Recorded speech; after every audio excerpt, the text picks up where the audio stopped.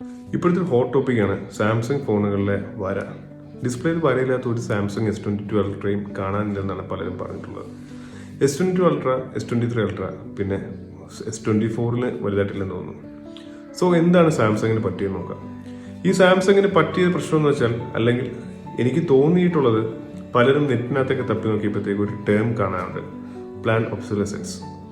ഈ പ്ലാൻ ഒബ്സൊലസൻസ് എന്ന് പറഞ്ഞാൽ പണ്ടുള്ള കമ്പനികളെല്ലാം എത്ര വർഷം അവരുടെ പ്രോഡക്റ്റ് നീണ്ടു നിൽക്കുന്നുള്ള ഡ്യൂറബിലിറ്റിക്കാണ് കാശ് മുടക്കി ചെയ്തിരുന്നെങ്കിൽ, അല്ലെങ്കിൽ ഡ്യൂറബിലിറ്റിക്ക് വേണ്ടിയാണ് അവർ R&D ചെയ്തിരുന്നെങ്കിൽ, ഇത് ഒരു കമ്പനി അല്ലെങ്കിൽ ഒരു പ്രോഡക്റ്റിന് ആ ലൈഫ് ടൈം അവർ തീരുമാനിക്കുന്ന ലൈഫ് ടൈം ഉണ്ട്. ആ ടൈം കഴിയുമ്പോഴത്തേക്കും അടിച്ചു പോകുന്ന രീതിയിൽ, അല്ലെങ്കിൽ ആ പ്രോഡക്റ്റ് നമുക്ക് യൂസബിൾ അല്ലാതെ നമ്മളെ കൊണ്ട് അപ്ഗ്രേഡ് ചെയ്യിക്കാനായിട്ട് പ്രേരിപ്പിക്കുന്നു. ആ ഒരു പ്രക്രിയയെ പറയുന്ന പേരാണ് പ്ലാൻ ഒബ്സൊലസൻസ്. ഈ സംഭവം തുടങ്ങിയത് സാംസങ്ങിലൂടെ ഒന്നുമല്ല. സാംസങ് അങ്ങനെയാണെന്ന് അവർ എപ്പോഴും പലരും ചോദിച്ചിട്ടുണ്ടെങ്കിലും സാംസങ് കമ്പനി ഇതിനെയൊക്കെ നിഷേധിച്ചിട്ടുണ്ടെങ്കിലും പലരും ഇതൊരു പ്ലാൻ ഒബ്സൊലസൻസ് ആണെന്ന് പറയുന്നു. കാരണം എനിക്കൊരു സാംസങ് ഗാലക്സി S3 ഉണ്ടായിരുന്നു. സാംസങ് ഗാലക്സി S3 ഞാൻ ഒരു 1-2-3 വർഷം ഉപയോഗിച്ച് നമ്മൾ യൂസ് ചെയ്ത് ലാസ്റ്റ് പണ്ടൊക്കെ ആമോലെഡ് സ്ക്രീനിന്റെ അവസാനം അല്ലെങ്കിൽ ഡെത്ത് എന്ന് പറയുന്നത് മൊത്തത്തിൽ പച്ച കളറായി പോകും. കാരണം ആമോലെഡ് സ്ക്രീനിന്റെ പ്രൈമറി കളർ പച്ചയാണ്. സോ ആ LED ലാസ്റ്റ് സ്റ്റേജ് അല്ലെ LED അവസാനം ചത്തു പോകുന്നത് ഒരു പച്ച കളറിലോട്ടായിരിക്കും. അപ്പൊ നമ്മുടെ ഡിസ്പ്ലേ മൊത്തത്തിൽ പച്ചയായി പോകും. അങ്ങനെ പച്ചയായി പോകുന്നത് നമുക്ക് മനസ്സിലാക്കാൻ പറ്റും, അണ്ടർസ്റ്റാൻഡബിൾ ആണ്. കാരണം ഇത്ര വർഷമാണ് ഒരു LED ലൈഫ് കൊടുത്തിട്ടുള്ളത്. അത് ഒരു 3-4 വർഷമൊക്കെയാണ് അന്നൊക്കെ LED കിടന്നുകൊണ്ടിരുന്നത്. കാരണം 4-5 വർഷമൊക്കെ ഇങ്ങനെ പച്ചയാവാതെ ഓടിയ സാംസങ്ങുകളും ഉണ്ട്. പക്ഷെ ഇപ്പോഴത്തെ കേസ് അങ്ങനെയല്ല. ഇപ്പോൾ ആമോലെഡ് ഡിസ്പ്ലേ, പ്രത്യേകിച്ച് സാംസങ്ങിന് ആമോലെഡ് ഡിസ്പ്ലേസ് ഒക്കെ പെട്ടെന്ന് വര വീഴുന്നുണ്ട്.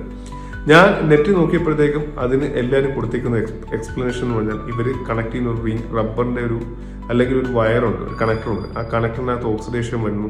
ആ കണക്ടറിന് ക്വാളിറ്റി കുറഞ്ഞ ഒരു മെറ്റീരിയൽ വെച്ചാണ് യൂസ് ചെയ്തിരിക്കുന്നത്. അതുകൊണ്ട് പെട്ടെന്ന് ആ കണക്ടേഴ്സ് ഓക്സിഡൈസ് ആവുന്നു. അതാണ് പ്രശ്നം എന്നാണ് പറയുന്നത്. സോ എന്താണ് പ്ലാന്റ് ഒബ്സൊലസൻസ് എന്ന് നമുക്ക് നോക്കാം. പ്ലാന്റ് ഒബ്സൊലസൻസ് എന്ന് പറഞ്ഞാൽ, പണ്ട് ഫീബസ് കാറ്റൽ എന്ന് പറഞ്ഞ കാറ്റൽ ഉണ്ടായിരുന്നു.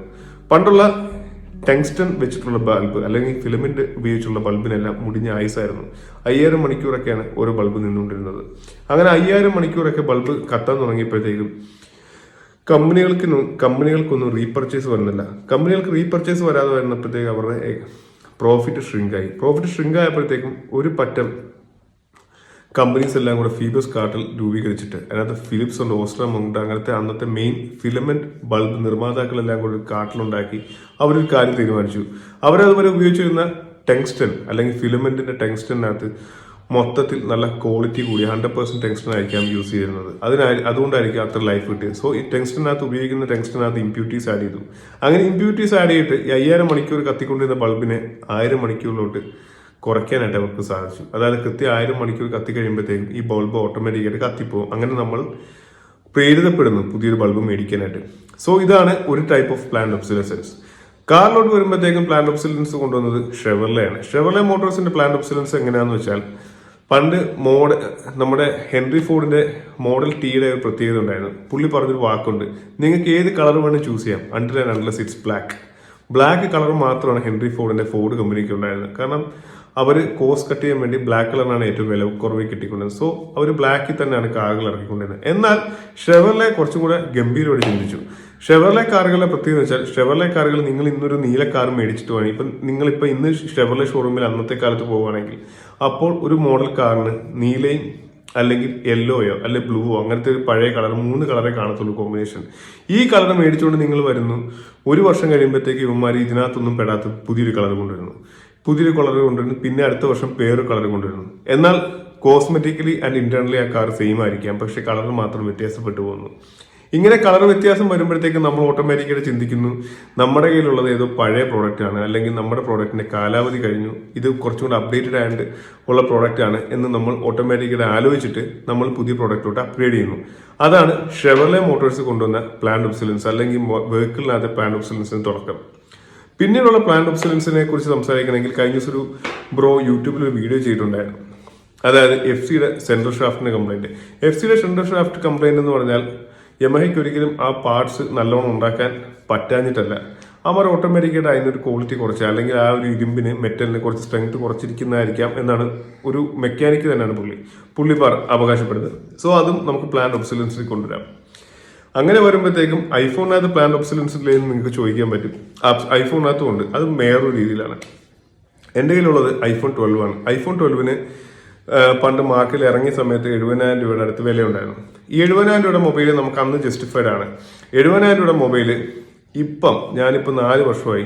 4-ാം വർഷം ഞാൻ ഇതിന്റെ ബാറ്ററി വീക്കായിട്ട് മാറാൻ വേണ്ടി കൊണ്ടുവന്നപ്പോഴത്തേക്കും ഈ മൊബൈലിലെ വില അല്ലെങ്കിൽ ബാറ്ററിയുടെ വില എന്ന് പറഞ്ഞാൽ 8,800 രൂപയാണ് ഷോറൂമിൽ നിന്ന് മാറാൻ വേണ്ടി ഒറിജിനൽ ബാറ്ററിയുടെ വില. സോ അതിനകത്തൊരു കാര്യം കൂടി പറയാം. ഐഫോൺ 13 ഇതിനേക്കാളും അടുത്ത മോഡൽ സക്സസർ ആയിട്ടുള്ള ഐഫോൺ 12 സക്സസർ ആയിട്ടുള്ള 13 ഒരു ഫോൺ മൊത്തത്തിൽ നമുക്ക് മേടിക്കാണ്ട് ഇപ്പോൾ ചിലവ് വരും 40,000 രൂപയുള്ളൂ. അപ്പോൾ ഈ 12 ബാറ്ററിക്ക് വില ഏകദേശം 10,000. അപ്പോൾ ഓട്ടോമാറ്റിക്കായിട്ട് എനിക്ക് 12 സ്നേഹം കുറയും. കാരണം ഞാൻ മടുക്കും. കാരണം 10,000 രൂപ കൊടുത്ത് ഇത്രയും പഴയ ഫോൺ റെഡിയാക്കി എടുക്കാനായിട്ട് എനിക്ക് തോന്നത്തില്ല. അങ്ങനെ തോന്നാൻ വരുമ്പോഴത്തേക്ക് എനിക്കുള്ള ഏക ഓപ്ഷൻ എന്ന് പറഞ്ഞാൽ അപ്ഗ്രേഡ് ആണ്. അപ്പോൾ ഓട്ടോമാറ്റിക്കായിട്ട് ഞാൻ 13 പോകത്തില്ല, 14 15 എൻ്റെ മാനസികമായി എന്നെ തളർത്തി അവർ കൊണ്ടുപോകും. അതാണ് ഐഫോണിൻ്റെ ഒരു പ്ലാൻഡ് ഒബ്സൊലസൻസ്. ഐഫോണിൻ്റെ എല്ലാ സ്പെയറുകൾക്കും മുട്ടിഞ്ഞ വിലയാണ്. കാരണം ഒരിക്കലും നമ്മൾ ഈ ഫോൺ വെച്ചുകൊണ്ടിരിക്കല് അടുത്ത ഫോണിലോട് അപ്ഗ്രേഡ് ചെയ്യണം എന്നുള്ള സെയിം ലക്ഷ്യത്തോട് കൂടി തന്നെയാണ് ആപ്പിൾ ഇങ്ങനെ ഓരോന്നിനും സ്പെയറിന് വിലയിട്ടേക്കുന്നത്. വേറൊരു കാര്യം കൂടെ പറയാം. ഇതിപ്പോൾ ആപ്പിളിലെ പുതിയ സംഭവമൊന്നുമല്ല. എനിക്ക് പണ്ടൊരു ഐഫോൺ 5 ഉണ്ടായിരുന്നു. ഐഫോൺ 5 പെർഫെക്റ്റ്, ഒരു കുഴപ്പമില്ല വർക്ക് ചെയ്യുന്ന ഒരു മൊബൈലായിരുന്നു. പക്ഷേ ലാസ്റ്റത്തെ ഒരു അപ്ഡേറ്റ്, എനിക്ക് അപ്ഡേറ്റ് ചെയ്യാൻ ഓർമ്മയില്ല. ലാസ്റ്റത്തെ ഒരു അപ്ഡേറ്റ് ഞാൻ ഓട്ടോമാറ്റിക് അപ്ഡേറ്റ് ഓണാക്കിയിട്ടുകൊണ്ട് അപ്ഡേറ്റ് ആയി കഴിഞ്ഞ് പിന്നെ ഫോൺ മുടിഞ്ഞ ഹാങ് എന്ന് വെച്ചാൽ ഒരു രക്ഷയില്ലാത്ത ഹാങ്. അങ്ങനെ ഒരു ഹാങ് വന്നപ്പോഴത്തേക്കും ഓട്ടോമാറ്റിക്കലി എനിക്ക് വെറുത്തു. കാരണം ക്യാമറ ഓൺ ആക്കുമ്പോൾ തന്നെ ഫോൺ കിടന്ന് ഹാങ് ആവാൻ തുടങ്ങും ആ ലാസ്റ്റ് അപ്ഡേറ്റോട് കൂടി. അതിന് കുറെ ക്ലാസ് സ്യൂട്ടൊക്കെ ഫയൽ ചെയ്തിട്ടുണ്ട് അമേരിക്കയിലൊക്കെ, ബാറ്ററി ബാക്കപ്പ് കുറയ്ക്കുന്നു, അങ്ങനത്തെ പല പ്രശ്നങ്ങളും പറഞ്ഞ്. സോ അങ്ങനെ ഒരു സംഭവമാണ് ആപ്പിൾ ചെയ്തത്. അങ്ങനെ ആപ്പിളിലെ ലാസ്റ്റ് നിങ്ങൾക്ക് ഇപ്പം മനസ്സിലായി. ഇപ്പൊ എന്റെ 12 ആണ്. 12 ഒരു ലാസ്റ്റത്തെ ഒരു അപ്ഡേറ്റോട് കൂടി ഈ ഫോൺ ഏകദേശം നല്ല ഹാങ്ങിലോട്ട് വരും. കാരണം അവർ ഓട്ടോമാറ്റിക്കായിട്ട് ഹാങ് ആക്കും. അങ്ങനെ ഹാങ് ആക്കി കഴിയുമ്പോഴത്തേക്ക് നമ്മൾ ഓട്ടോമാറ്റിക്കായിട്ട് ഈ ഫോൺ കളഞ്ഞിട്ട് അടുത്ത ഫോണിലോട്ട് മേടിക്കും. അതാണ് ആപ്പിളിന്റെ പരിപാടി. റെഡ്മിക്കുണ്ട്, ഷയോമിക്കുണ്ട്. ഷയോമിയുടെ എനിക്ക് കഴിഞ്ഞിടയ്ക്ക് വീട്ടിൽ എൻ്റെ അനിയനും ഒരു പോക്കോ ഫോൺ ഉണ്ടായിരുന്നു, അമ്മയ്ക്കൊരു പോക്കോ ഫോൺ ഉണ്ടായിരുന്നു. ഈ 2 ഫോണും പ്ലാൻഡ് ഒബ്സൊലസൻസിന്റെ എക്സ്ട്രീമാണ്. കാരണം കൃത്യം 1 വർഷം കഴിഞ്ഞ് 1 മാസമായപ്പോഴത്തേക്ക് ഈ 2 ഫോണും കംപ്ലൈന്റ് ആയിപ്പോയി. ഒരെണ്ണത്തിന് ഡിസ്പ്ലേ ടച്ച് വർക്ക് ചെയ്യുന്നില്ല. ഷോറൂമിൽ ചെന്ന് കാണിച്ചപ്പോഴത്തേക്ക് അവർ പറഞ്ഞു വാറന്റി കഴിഞ്ഞു പോയി, മദർ ബോർഡ് കംപ്ലൈന്റ് ആണ്. അത് അനിയന്റെ ഫോൺ അങ്ങനെ പോയി. പിന്നെ അമ്മയ്ക്കൊരു പോക്കോ ഉണ്ടായിരുന്നു. അമ്മയുടെ പോക്കോയുടെ പ്രത്യേകത എന്ന് വെച്ചാൽ അത് ഫുള്ളായിട്ട് കത്തിപ്പോയി ഫോൺ. കറക്റ്റ് 1 വർഷം 3 മാസമായപ്പോൾ അമ്മയുടെ ഫോൺ കത്തിപ്പോയി. ഈ 2 ഫോണും ഞാൻ ഷോറൂമിൽ കൊണ്ട് കാണിച്ചപ്പോൾ അവർ പറയുന്നത് അത് മദർ ബോർഡിന്റെ കംപ്ലൈന്റ് ആണ്, നിങ്ങൾ പുറത്ത് കൊണ്ട് റീബോൾ ചെയ്യുവാണെങ്കിൽ ശരിയാവുന്നൊക്കെ പറഞ്ഞു. പുറത്ത് കൊണ്ട് റീബോൾ ചെയ്ത് ശരിയാക്കുന്നതൊന്നും നമുക്കൊരു ഓപ്ഷൻ അല്ലാത്തതുകൊണ്ട് ഞാൻ അതിന്റെ പുറകെ പോയില്ല. ആ 2 ഫോണും കിട്ടി വിലയ്ക്ക് തട്ടി. സോ പ്ലാൻഡ് ഒബ്സൊലസൻസ് ആണ് നമ്മുടെ ജീവിതത്തിൽ ഇപ്പം മൊത്തത്തിൽ കാണാനുള്ളത്. അതുകൊണ്ട് നമ്മൾ ഏത് പ്രോഡക്റ്റ് മേടിച്ചാലും കമ്പനികൾ അതിനെ റിവേഴ്സ് എഞ്ചിനീയർ ചെയ്ത് അവർ ഉദ്ദേശിക്കുന്ന സമയത്ത് അടിച്ചു പോകുന്ന രീതിയിലാണ് ഡിസൈൻ ചെയ്തേക്കുന്നത്. അതുകൊണ്ട് സാംസങ്ങിന്റെ കേസും അത് തന്നെ ആയിരിക്കും എന്നാണ് എനിക്ക് തോന്നുന്നത്, എൻ്റെ ഒരു അഭിപ്രായം. പക്ഷെ സാംസങ് ഒരിടത്തും ഇതിനെ അക്നോളജ് ചെയ്തിട്ടില്ല. സോ ഇനിയും പ്ലാൻഡ് ഒബ്സൊലസൻസ് കാണാം, ഇനിയും തുടരാം. ഇതൊരു നല്ല പ്രോഫിറ്റബിൾ, കമ്പനിക്ക് എല്ലാ വർഷവും പ്രോഫിറ്റ് ഉണ്ടാക്കി കൊടുക്കുന്ന ഒരു ടേമാണ്. അത് അറിഞ്ഞു മാത്രം നിങ്ങളൊരു പ്രോഡക്റ്റ് മേടിക്കുക. നിങ്ങൾ ഓർത്തുകൊള്ളുക, നിങ്ങൾ എങ്ങനെയൊക്കെ സൂക്ഷിച്ചാലും പല മോഡേൺ പ്രോഡക്ട്സും, പ്രത്യേകിച്ച് ഇലക്ട്രോണിക് പ്രോഡക്ട്സ് ഒരു ടൈം ആകുമ്പോൾ അടിച്ചു പോകും. അതിനകത്ത് ഒരു കാര്യമില്ല എന്ന് പറഞ്ഞുകൊണ്ട് താങ്ക് യു.